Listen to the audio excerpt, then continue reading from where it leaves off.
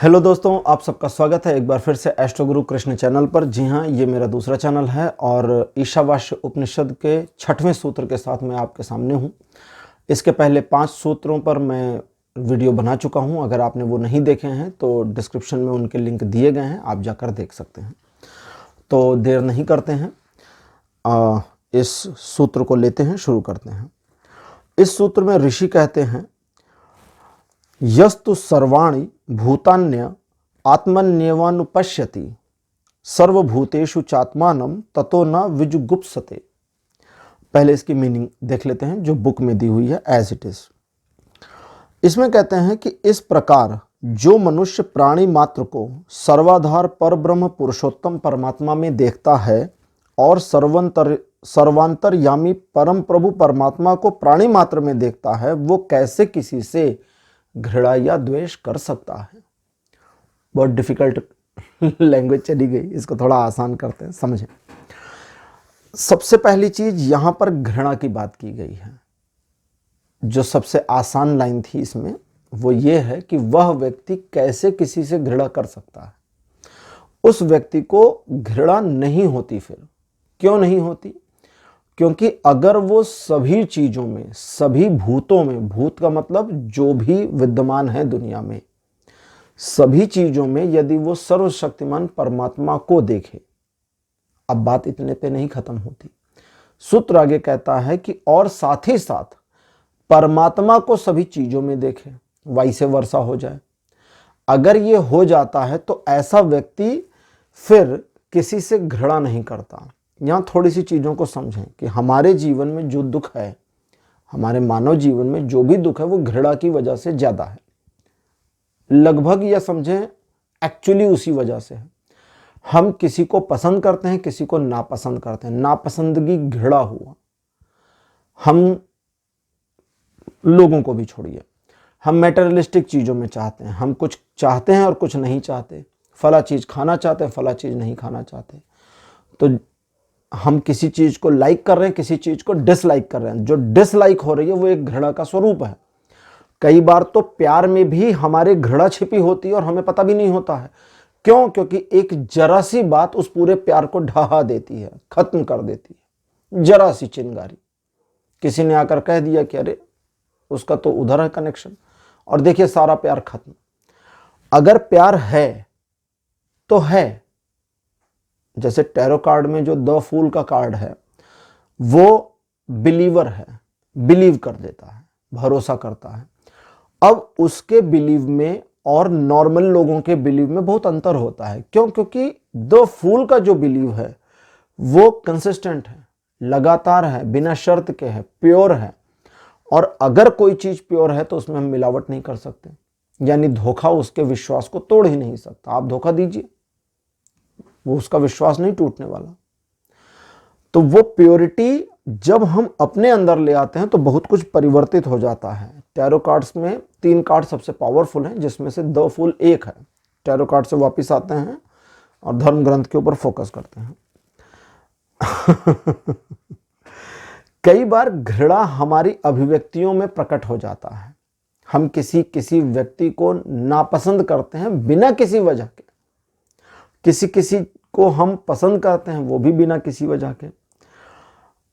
इस वजह से ये जो सूत्र कहता है ये बहुत ही गहरी बात कहता है। अब इस सूत्र में जो कहा है उन्होंने, उसको हम थोड़ा सा इजी लैंग्वेज में समझने के लिए गीता पर चलेंगे। गीता में 6वें अध्याय के 29वें श्लोक में, 29th श्लोक में भगवान कहते हैं कि सर्वभूतस्थमात्मानं सर्वभूतानि चात्मनि ईक्षते योग युक्तात्मा सर्वत्र समदर्शनः।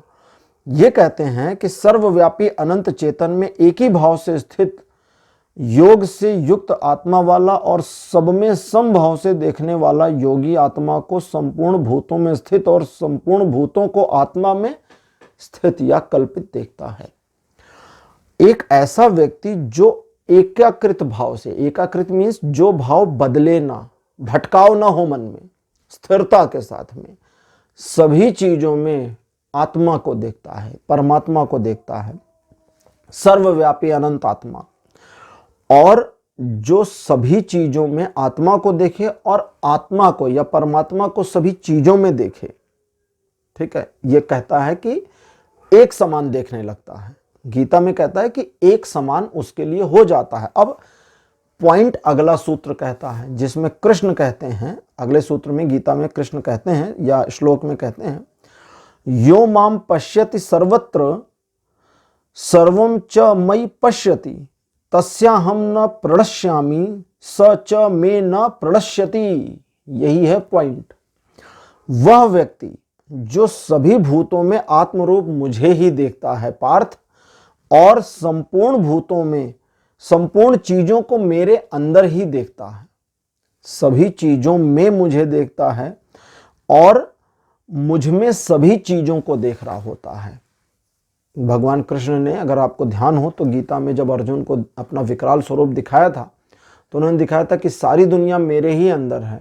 माता यशोदा को जब अपने मुख में पूरा ब्रह्मांड यूनिवर्स दिखाया था तो उसका अर्थ यह था कि सब मुझ में ही समाया है, अलग है ही नहीं मुझसे कुछ भी।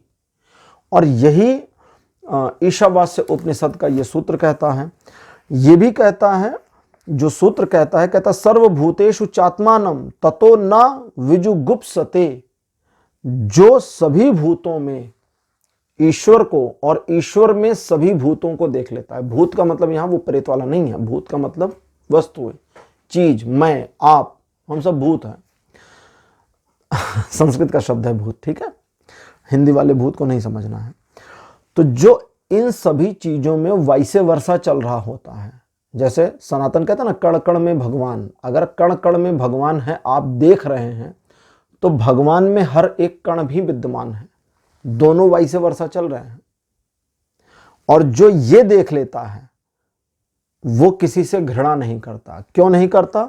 क्योंकि जो गीता में भगवान कहते हैं कि उसके लिए मैं और मेरे लिए वो कभी भी अदृश्य नहीं होता, कभी भी नहीं अदृश्य होता। अदृश्य नहीं होता मतलब वो मुझे हमेशा देख रहा है, सभी चीजों में मुझे, मैं ही मैं हूं तो मुझे देख रहा है। और मुझ में जब सारी चीजों को देखना शुरू करता है तो मैं उसे या उसके लिए मैं कभी भी अदृश्य नहीं होता हूं, मैं हमेशा उसके सामने ही तो हूं, मैं गया कहां फिर। और यही चीज ये सूत्र कहता है कि ऐसा व्यक्ति अब इस सच को जब आत्मसात कर लेता है, इस सच को समझ, ये सच है, ऐसा नहीं ये झूठ है या ये मानना है कि चलो मैथमेटिक्स है माना एक्स, नहीं, वो वाला नहीं है, सपोज एक्स नहीं है, ठीक है, ये सच है। जैसे मैंने ईशावास्य उपनिषद के पहले जो पीछे सूत्र थे उसमें मैंने बताया था कि ये जो पूरा सृष्टि है, पूरा संसार है, ये भगवान से ही आया है, कहीं से लाए नहीं। वो कोई शॉपिंग सेंटर नहीं था कि वहां से एक पीस यूनिवर्स लेकर आ गए, नहीं, ये उनसे ही आया है, उन्हीं में से निकला है, उनसे ही स्वरूपित हुआ है, उनसे ही बना है। तो जो चीज उनसे ही बनी है उसमें वे ही वे हैं। और इसी सत्य को अगर हम स्वीकार कर ले जाएं, या जो इसको स्वीकार कर लेता है, फिर वो किसी से घृणा नहीं कर सकता, क्योंकि उसके लिए सब कुछ परमात्मा स्वरूप है। और जब उसके लिए सब कुछ परमात्मा स्वरूप ही हो गया है तो घृणा बचेगी नहीं।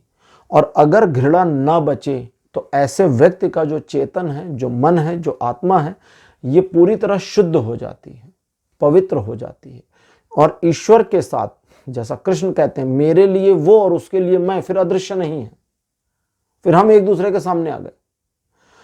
तो ऐसा व्यक्ति ईश्वर के साथ लय में आ जाता है, एकीकार में आ जाता है। और ऐसे व्यक्तियों के बारे में ही कहा गया है कि वही ईश्वर है, उन्हें ही हम ईश्वर मान लेते हैं, क्योंकि वो लय में जब आ गए तो फिर अंतर ना रह गया, फिर उस व्यक्ति में और ईश्वर में फर्क नहीं रह गया, दोनों एक हो गए एक तरीके से। तो यही इस सूत्र का पूरा मर्म था। इस सूत्र को समझें, इस सूत्र को आत्मसात करें। ईशावास्य उपनिषद के 6वें सूत्र में आज के लिए इतना ही। अगले वीडियो में 7वें सूत्र के साथ मैं फिर आऊँगा।